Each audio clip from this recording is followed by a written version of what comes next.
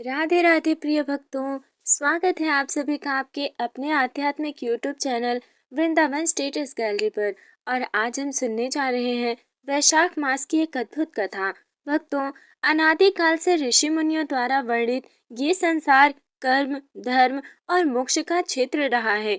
यदा यदा जीव अपने कर्तव्यों से विमुख होकर मोह, लोभ और पाप में लिप्त होता है, तदा उसे मार्गदर्शन की आवश्यकता होती है। ऐसे ही समय में लोक कल्याण की भावना से प्रेरित होकर देवर्षि नारद मुनि ने समस्त लोकों का भ्रमण किया। उन्होंने देखा कि मनुष्य दुख, क्लेश और पाप के बंधनों में जकड़ा हुआ है और उसे सच्चे धर्म का ज्ञान ही नहीं है। ततः करुणा से व्याकुल होकर नारद मुनि वैकुंठ धाम पहुँचे और वहां विराजमान सर्वलोकपालक दीनबंधु भगवान विष्णु के चरणों में प्रणाम कर विनय पूर्वक निवेदन किया, हे प्रभु, इस कलयुग में मनुष्य अल्प बुद्धि और दुर्बल चित्त का हो गया है। वो कठिन तप, यज्ञ और व्रत करने में समर्थ नहीं है। कृपा करके ऐसा सरल उपाय बताइए जिससे वो सहज ही पापों से मुक्त होकर मोक्ष को प्राप्त कर सके। भगवान विष्णु ने करुणामयी दृष्टि से नारद की ओर देखते हुए कहा, हे नारद, तुमने अत्यंत हितकारी प्रश्न किया है। मैं तुम्हें एक ऐसा दिव्य रहस्य बताता हूँ जो अत्यंत सरल होते हुए भी परम फलदायक है। वो है वैशाख मास का पालन। वैशाख मास देवताओं में श्रेष्ठ, तीर्थों में पवित्र और व्रतों में उत्तम माना गया है। ये मास स्वयं श्रीहरि को प्रिय है और इसमें किए गए स्नान, दान, जप, व्रत तथा भक्ति सहस्र गुना फल प्रदान करते हैं। ये मास केवल बाह्य आचरण का समय नहीं, अपितु आत्मा के जागरण का पर्व है। जब मनुष्य अपने भीतर झांकता है, अपने दोषों को पहचानता है और धर्म के मार्ग पर अग्रसर होता है। इस कथा का उद्देश्य केवल वर्णन करना नहीं, बल्कि प्रत्येक जीव को ये सिखाना है कि सच्ची भक्ति क्या है, सेवा का महत्व क्या है और मोक्ष का मार्ग कैसे प्राप्त किया जा सकता है। अतः जो मनुष्य श्रद्धा, विश्वास और एकाग्र चित्त से इस वैशाख मास की कथा का श्रवण या पाठ करता है, वो न केवल इस लोक में सुख प्राप्त करता है, अपितु अंततः परम पद को भी प्राप्त होता है। इति श्री वैशाख मास महात्म्य कथा आरंभ। एक समय की बात है जब भगवान विष्णु के परम भक्त महर्षि नारद जी ने उनसे प्रश्न किया, हे प्रभु, कृपा करके मुझे बताइए कि वैशाख मास में स्नान, दान और व्रत का क्या महत्व है। तब भगवान विष्णु मुस्कुराए और बोले, हे नारद, ये मास अत्यंत पवित्र है। जो मनुष्य इस मास में प्रातःकाल उठकर पवित्र नदी में स्नान करता है और श्रद्धा से मेरा स्मरण करता है, उसके जन्म जन्मांतर के पाप नष्ट हो जाते हैं। भगवान ने बताया कि वैशाख मास में सूर्योदय से पहले स्नान करना विशेष फलदायक है। जो व्यक्ति गंगा, यमुना या किसी भी पवित्र जल में स्नान करता है, उसे स्वर्ग की प्राप्ति होती है। यहाँ गंगा का विशेष महत्व बताया गया है। गंगा स्नान से न केवल शरीर बल्कि आत्मा भी शुद्ध हो जाती है। भगवान विष्णु ने आगे कहा, हे नारद, केवल स्नान ही नहीं बल्कि इस मास में दान करना भी अत्यंत आवश्यक है। दान के प्रकार हैं, पहला है जल दान, प्यासे को पानी देना। दूसरा है अन्न दान, भूखे को भोजन देना। तीसरा है वस्त्र दान, जरूरतमंदों को कपड़े देना। और चौथा है छाया दान, पेड़ लगाना या विश्राम स्थल बनवाना। विशेष रूप से जलदान को सबसे श्रेष्ठ बताया गया है, क्योंकि गर्मी के समय ये सबसे बड़ा उपकार होता है। एक नगर में एक निर्धन ब्राह्मण रहता था। उसके पास धन नहीं था, लेकिन वो बहुत श्रद्धालु था। वैशाख मास आने पर उसने निश्चय किया कि वो भी कुछ दान करेगा, लेकिन उसके पास देने के लिए कुछ नहीं था। तब उसने एक छोटा सा घड़ा लिया और उसमें पानी भरकर राहगीरों को पिलाने लगा। दिन भर वो धूप में खड़ा रहकर लोगों को पानी पिलाता। कुछ समय बाद उस ब्राह्मण की मृत्यु हो गई। जब यमदूत उसे लेने आए, तब अचानक विष्णुदूत वहां प्रकट हुए। उन्होंने कहा, हे ब्राह्मण, भगवान विष्णु का भक्त है और इसने वैशाख मास में जलदान किया है, इसलिए इसे वैकुंठ ले जाया जाएगा।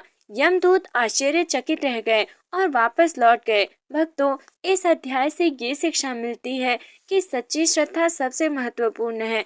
छोटा सा पुण्य भी बड़ा फल देता है। दूसरों की सेवा ही सच्चा धर्म माना जाता है। दूसरी कथा है अध्याय 8 की। एक समय की बात है जब देवर्षि नारद मुनि लोक कल्याण की भावना से प्रेरित होकर तीनों लोकों में भ्रमण कर रहे थे। वे जहाँ जहाँ जाते वहाँ लोगों के दुख, पाप और मोह को देखकर उनका हृदय करुणा से भर जाता। अंततः वे बैकुंठ धाम पहुँचे, जहाँ साक्षात भगवान विष्णु लक्ष्मी जी के साथ विराजमान थे। वहाँ का वातावरण अलौकिक था। चारों ओर दिव्य प्रकाश, सुगंधित पुष्पों की वर्षा और गंधर्वों का मधुर संगीत गूंज रहा था। नारद मुनि ने विनम्रता से प्रणाम किया और बोले, हे जगत के पालनहार, मैं पृथ्वी लोक पर लोगों के दुख और पाप देखकर अत्यंत व्यथित हूँ। कृपा करके ऐसा उपाय बताइए जिससे साधारण मनुष्य भी सरलता से पापों से मुक्त होकर मोक्ष प्राप्त कर सके। भगवान विष्णु ने करुणा भरी दृष्टि से नारद मुनि की ओर देखा और बोले, हे नारद, तुमने अत्यंत उत्तम प्रश्न किया है। मैं तुम्हें एक ऐसा उपाय बताता हूँ जो सरल भी है और अत्यंत प्रभावशाली भी। वो है वैशाख मास का पालन। उन्होंने आगे कहा, ये मास मुझे अत्यंत प्रिय है। जो मनुष्य इस मास में श्रद्धा, नियम और भक्ति के साथ दान, स्नान और जप करता है, वो मेरे धाम को प्राप्त होता है। भगवान बोले, वैशाख मास में ब्रह्म मुहूर्त में उठना अत्यंत आवश्यक है। जब सूर्य उदित होने से पहले आकाश हल्की लालिमा से भर जाता है, तब उस समय किया गया स्नान और जप हजारों यज्ञों के समान फल देता है। नारद मुनि ने पूछा, हे प्रभु, यदि कोई गंगा तक ना पहुंच सके तो क्या उसका पुण्य कम हो जाएगा? भगवान ने उत्तर दिया, हे नारद, ऐसा नहीं है। यदि मन शुद्ध हो तो किसी भी जल से किया गया स्नान पवित्र होता है, परंतु यदि कोई गंगा, यमुना या पवित्र तीर्थों में स्नान करे तो उसका फल कई गुना बढ़ जाता है। भगवान विष्णु ने गहरी बात समझाते हुए कहा, हे नारद, केवल शरीर को जल से शुद्ध करना ही पर्याप्त नहीं है। मन में यदि ईर्ष्या, क्रोध, लोभ और अहंकार भरे हों तो स्नान का पूरा फल नहीं मिलता। उन्होंने समझाया, मन को शांत रखना, सत्य बोलना, किसी का अपमान न करना और हर प्राणी में ईश्वर का दर्शन करना, यही वास्तविक स्नान है। भगवान ने कहा, दान केवल वस्तु देने का नाम नहीं है, बल्कि ये हृदय की करुणा का प्रतीक है। दान के 4 स्तर बताए गए हैं। सामान्य दान बिना भावना के दिया गया। दूसरा है श्रद्धा दान, भक्ति के साथ दिया गया। तीसरा है करुणा दान, दूसरों के दुख को समझकर दिया गया। चौथा है निष्काम दान, बिना किसी फल की इच्छा के दिया गया दान सबसे सर्वश्रेष्ठ माना गया है। भगवान विष्णु बोले, वैशाख मास की तपती धूप में जो व्यक्ति किसी को छाया देता है, चाहे वो पेड़ लगाकर हो या विश्राम स्थल बनाकर, वो वास्तव में मेरे हृदय को प्रसन्न करता है। उन्होंने बताया कि एक पेड़ लगाना हजारों यज्ञों के समान फल देता है, क्योंकि वो अनगिनत जीवों को जीवन भर शरण देता है। एक निर्धन ब्राह्मण की अत्यंत प्रेरणादायक उन्होंने कथा सुनाई।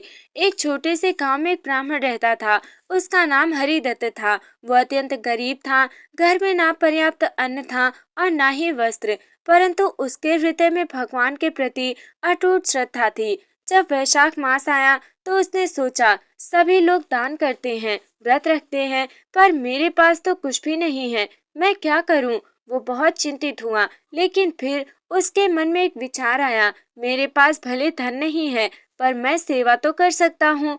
उसने एक मिट्टी का घड़ा लिया, उसे पास के कुएं से भरकर गांव के रास्ते पर रख दिया। वो स्वयं दिन भर वहां खड़ा रहता और आने जाने वाले यात्रियों को पानी पिलाता। धूप बहुत तेज होती थी, उसके पैर चलते, शरीर पसीने से भीग जाता, परंतु वो मुस्कुराते हुए हर व्यक्ति को जल पिलाता। लोग कहते, तुम खुद गरीब हो, फिर भी दूसरों की सेवा क्यों करते हो? वो विनम्रता से उत्तर देता, ये सब भगवान की कृपा है, मैं तो केवल उनका सेवक हूँ।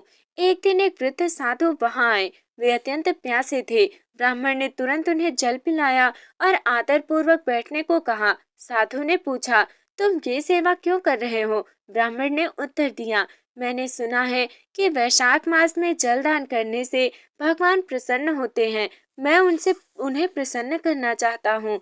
वृद्ध साधु मुस्कुराए। वे कोई और नहीं बल्कि स्वयं भगवान विष्णु थे, जो उसकी परीक्षा लेने आए थे। कुछ समय बाद वो ब्राह्मण बीमार पड़ गया और उसकी मृत्यु हो गई। जब यमदूत उसे लेने आए तब अचानक आकाश से दिव्य प्रकाश प्रकट हुआ। वहां विष्णुदूत आए और बोले, ये ब्राह्मण पवित्र है। इसने वैशाख मास में निष्काम भाव से जल दान किया है। इसे वैकुंठ ले जाया जाएगा। यमदूत आश्चर्यचकित रह गए और लौट गए। भगवान विष्णु ने नारद मुनि से कहा, हे नारद, देखो, ये ब्राह्मण ना तो धनी था ना विद्वान, फिर भी उसकी सच्ची सेवा ने उसे मोक्ष दिला दिया। भक्तों, धर्म का मूल भावना है, ना कि बाहरी दिखावा। छोटा सा कार्य भी यदि निष्काम भाव से किया जाए तो महान बन जाता है। वैशाख मास आत्मा की शुद्धि का अवसर है। सेवा ही सच्ची भक्ति है। जब देवर्षि नारद मुनि ने अध्याय 8 की ये अद्भुत कथा सुनी तो उनका हृदय भक्ति और आश्चर्य से भर उठा। उन्होंने पुनः विनम्रता से भगवान विष्णु से प्रश्न किया, हे प्रभु, आपने बताया कि एक निर्धन ब्राह्मण केवल जलदान से ही मोक्ष प्राप्त करता है। क्या ऐसा भी संभव है कि कोई अत्यंत पापी मनुष्य भी इस वैशाख मास के प्रभाव से उद्धार पा सके? भगवान विष्णु ने मंद मुस्कान के साथ उत्तर दिया, हे नारद, ये संसार कर्मों का बंधन है, परंतु मेरी कृपा और वैशाख मास का पुण्य इतना प्रभावशाली है कि वो घोर पापियों को भी शुद्ध कर सकता है। मैं तुम्हें एक ऐसी कथा सुनाता हूँ। प्राचीन समय में एक नगर था जिसका नाम था विशाला। वहाँ एक व्यक्ति रहता था। उसका नाम था दुर्मति। दुर्मति का जीवन अधर्म से भरा हुआ था। वो चोरी करता था, झूठ बोलता था, दूसरों को कष्ट पहुंचाता और धर्म कर्म का उपहास करता था। वो ना तो देवताओं में विश्वास करता था, ना ही पुण्य पाप में। लोग उससे डरते थे और उससे दूर रहते थे। समय बीतता गया। दुर्मति ने अपने जीवन में केवल पाप ही पाप किए। धीरे धीरे उसका शरीर रोगों से घिर गया। उसके मित्र भी उसे छोड़कर चले गए। अब वो अकेला, पीड़ित और निराश हो गया। एक दिन वैशाख मास का प्रारंभ हुआ। नगर में लोग प्रातः काल उठकर स्नान, पूजा और दान करने लगे। दुर्मति ये सब देखता और उपहास करता। ये सब व्यर्थ है, इससे क्या मिलेगा? परंतु उसके भीतर कहीं न कहीं एक खालीपन था। एक दिन नगर में एक संत आए। उनका तेज अत्यंत दिव्य था। लोग उनके दर्शन के लिए उमड़ पड़े। दुर्मति भी जिज्ञासावश वहां पहुंच गया। संत ने उसे देखा और बोले, हे पुत्र, तुम्हारे चेहरे पर पीड़ा और अशांति स्पष्ट दिखाई दे रही है। क्या तुम अपने जीवन से संतुष्ट हो? दुर्मति ने पहली बार अपने भीतर झांका। उसकी आंखों में आंसू आ गए। वो बोला, हे महात्मन, मैंने अपने जीवन में केवल पाप किए हैं। अब मुझे कोई मार्ग नहीं दिखता। संत ने करुणा से कहा, हे पुत्र, अभी भी समय है। यदि तुम वैशाख मास में स्नान, दान और भगवान का स्मरण करो तो तुम्हारे पाप नष्ट हो सकते हैं। दुर्मति को विश्वास तो नहीं हुआ, परंतु उसने सोचा, एक बार प्रयास करके देखता हूँ। प्रयास करने में क्या जाता है। अगली सुबह वो नदी के किनारे गया। सूर्योदय का समय था। आकाश लालिमा से भरा हुआ था। वो धीरे धीरे जल में उतरा। पहली बार उसने अपने जीवन में श्रद्धा से स्नान किया। जैसे ही उसने जल में डुबकी लगाई, उसे एक अजीब शांति अनुभव हुआ। उसके मन का बोझ हल्का होने लगा। उसने मन ही मन भगवान विष्णु का नाम भी लिया। धीरे धीरे उसने अपने जीवन में परिवर्तन करना शुरू किया। उसने चोरी छोड़ दी, लोगों से क्षमा मांगी, गरीबों को भोजन देने लगा और प्यासों को जल पिलाने लगा। लोग आश्चर्यचकित थे। जो व्यक्ति कभी अधर्म का प्रतीक था, वो अब धर्म का मार्ग अपना रहा था। कुछ दिनों बाद वो गंभीर रूप से बीमार पड़ गया। उसे लगा कि अब उसका अंत निकट है। उसने भगवान से प्रार्थना की, हे प्रभु, मैंने बहुत पाप किए हैं, पर अब मैं आपकी शरण में हूँ। कृपा करके मुझे क्षमा करें। जब उसकी मृत्यु हुई तो यमदूत उसे लेने आए। तभी आकाश में दिव्य प्रकाश फैला और विष्णुदूत प्रकट हुए। यमदूत बोले, यह व्यक्ति पापी है, इसे यमलोक ले जाया जाएगा। विष्णुदूत ने उत्तर दिया, ये सत्य है कि इसने पाप किए, परंतु वैशाख मास में इसने सच्चे मन से पश्चाताप किया और पुण्य कर्म किए। अब ये शुद्ध हो चुका है। अंततः निर्णय हुआ कि दुर्मति को वैकुंठ ले जाया जाएगा। उसकी आत्मा दिव्य प्रकाश में विलीन हो गई। भगवान विष्णु ने नारद मुनि से कहा, हे नारद, देखो, मेरा भक्त चाहे जैसा भी हो, यदि वो सच्चे मन से मेरी शरण में आता है तो मैं उसे अवश्य स्वीकार करता हूँ। भक्तों, कोई भी व्यक्ति कितना भी पापी क्यों ना हो, सुधार संभव है। सच्चा पश्चाताप जीवन बदल सकता है। वैशाख मास आत्म परिवर्तन का अवसर है और भगवान की कृपा असीम है। जब देवर्षि नारद मुनि ने अध्याय 9 की अद्भुत कथा सुनी तो वे अत्यंत भाव विभोर हो उठे। उनकी वीणा के स्वर स्वतः ही मधुर हो उठे। नारायण नारायण। वे पुनः विनम्रता से भगवान विष्णु के चरणों में झुककर बोले, हे प्रभु, आपने बताया कि वैशाख मास में स्नान, दान और भक्ति से महान फल मिलता है। अब कृपा करके ये बताइए कि इस मास में आपकी उपासना का सर्वोत्तम स्वरूप क्या है? कौन सी विधि से आपको सबसे अधिक प्रसन्न किया जा सकता है? भगवान विष्णु ने प्रसन्न होकर उत्तर दिया, हे नारद, इस वैशाख मास में यदि कोई भक्त श्रद्धा और प्रेम से तुलसी का पूजन करता है तो वो मुझे अत्यंत प्रिय होता है। यहाँ भगवान ने तुलसी की महिमा का विस्तार से वर्णन किया। तुलसी कोई साधारण पौधा नहीं है, वो स्वयं देवी का रूप है। जहाँ तुलसी होती है वहाँ मेरा निवास होता है। भगवान बोले, जो भक्त तुलसी दल अर्पित करके मेरी पूजा करता है वो अनगिनत यज्ञों का फल प्राप्त करता है। उन्होंने आगे कहा, बिना तुलसी के मेरी पूजा अधूरी मानी जाती है। तुलसी पत्र से किया गया अर्पण सीधे मेरे हृदय तक पहुंचता है। तुलसी का स्पर्श ही पापों को नष्ट कर देता है। प्राचीन समय में एक नगर में एक साधारण गृहस्थ रहता था। उसका नाम था धर्मपाल। वो ना तो बहुत धनी था, ना ही बहुत विद्वान, परंतु वो भगवान का सच्चा भक्त था। उसके घर के आंगन में एक सुंदर तुलसी का पौधा था। वो प्रतिदिन प्रातः काल उठकर स्नान करता, तुलसी को जल अर्पित करता, दीप जलाता और भगवान विष्णु का नाम जपता। जब वैशाख मास आया तो धर्मपाल ने संकल्प लिया, मैं पूरे मास नियम पूर्वक तुलसी पूजन करूंगा और भगवान की भक्ति में लीन रहूंगा। उसने अपने जीवन में और भी नियम जोड़े, सात्विक भोजन, सत्य वचन, क्रोध का त्याग और सेवा। एक दिन उसकी पत्नी बीमार पड़ गई। घर में धन भी समाप्त हो गया। लोगों ने कहा, अब तुम पूजा पाठ छोड़कर काम करो, तभी घर चलेगा। परंतु धर्मपाल ने उत्तर दिया, भगवान ही मेरे पालनहार हैं, मैं उनकी भक्ति नहीं छोड़ूंगा। वो पहले से भी अधिक श्रद्धा से तुलसी पूजन करने लगा। कभी कभी उसके पास दीपक जलाने के लिए घी भी नहीं होता था, तब वो तेल का दीप जलाकर भी पूजा करता। उसकी आंखों में आंसू होते पर विश्वास अटल रहता। एक दिन एक वृद्ध ब्राह्मण उसके घर आए। उन्होंने कहा, हे धर्मपाल, मुझे बहुत भूख लगी है, क्या तुम मुझे भोजन दे सकते हो? घर में केवल थोड़ा सा अन्न बचा था, उसके परिवार के लिए भी पर्याप्त नहीं था। धर्मपाल ने बिना संकोच वो अन्न ब्राह्मण को दे दिया। जैसे ही ब्राह्मण ने भोजन किया वे मुस्कुराए और अचानक उनका रूप बदल गया। वे स्वयं भगवान विष्णु थे। भगवान ने कहा, हे भक्त, तुमने कठिन परिस्थितियों में भी मेरी भक्ति और तुलसी पूजन नहीं छोड़ा। तुम्हारी श्रद्धा से मैं अत्यंत प्रसन्न हूँ। भगवान ने उसे आशीर्वाद दिया। उसके घर में धन धान्य की वृद्धि हुई। उसकी पत्नी स्वस्थ हो गई और उसका जीवन सुख और समृद्धि से भर गया। परंतु सबसे बड़ा वरदान था भगवत कृपा और अंततः मोक्ष।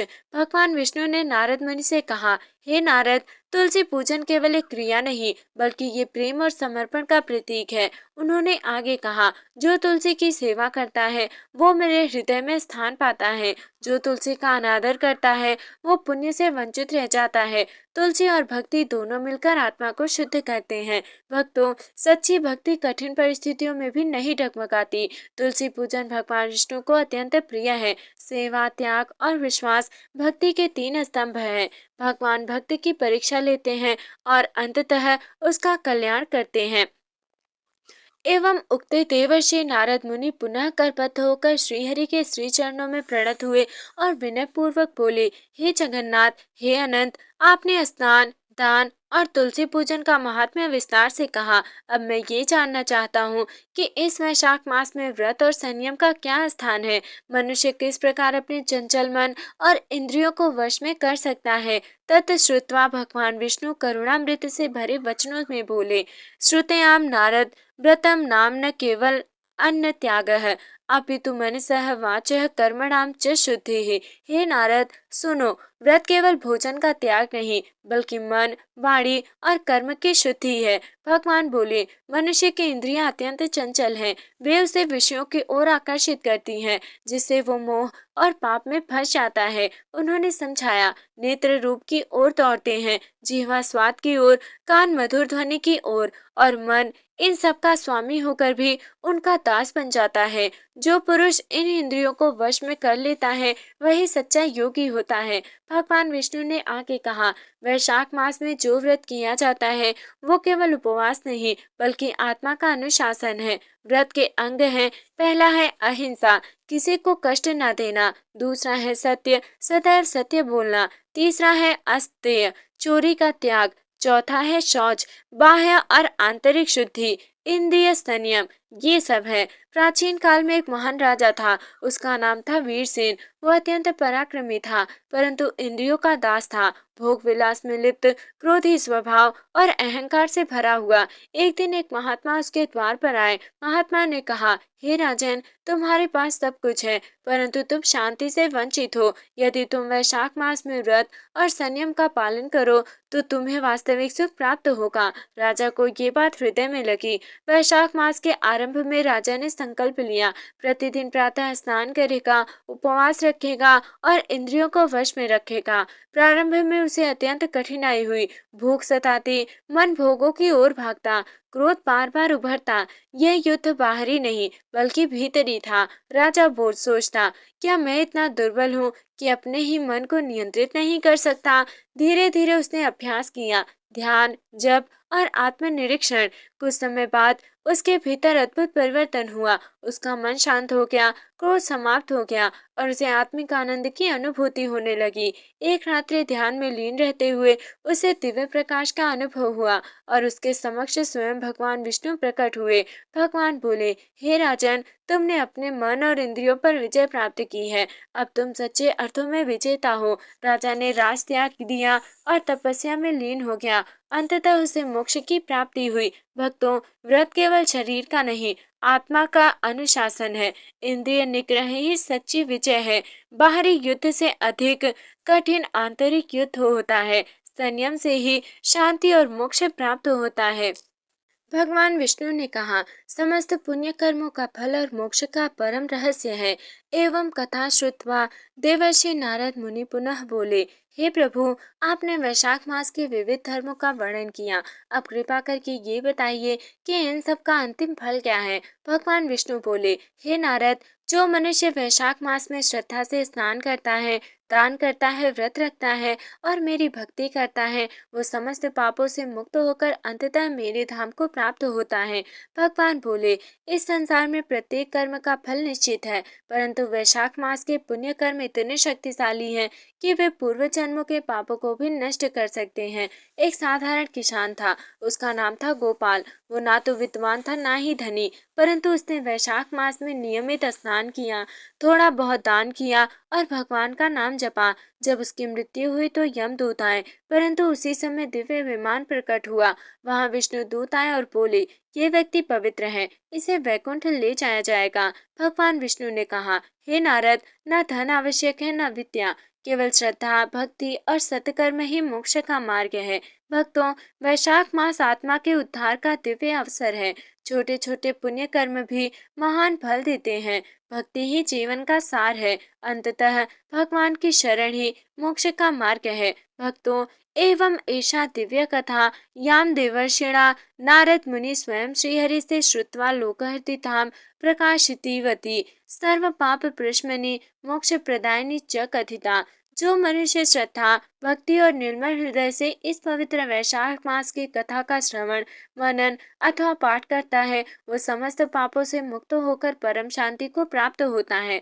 भगवान विष्णु के वचनों का ये सार है, ना धनम ना वैभवम न च विद्या परमो मार्ग है, केवलम भक्तिरेव मोक्षस्य कारणम। ना धन, ना वैभव, ना ही विद्या, केवल भक्ति ही मोक्ष का कारण है। ये मास केवल तिथि और काल का समूह नहीं, अपितु ये आत्मा के जागरण का अवसर है।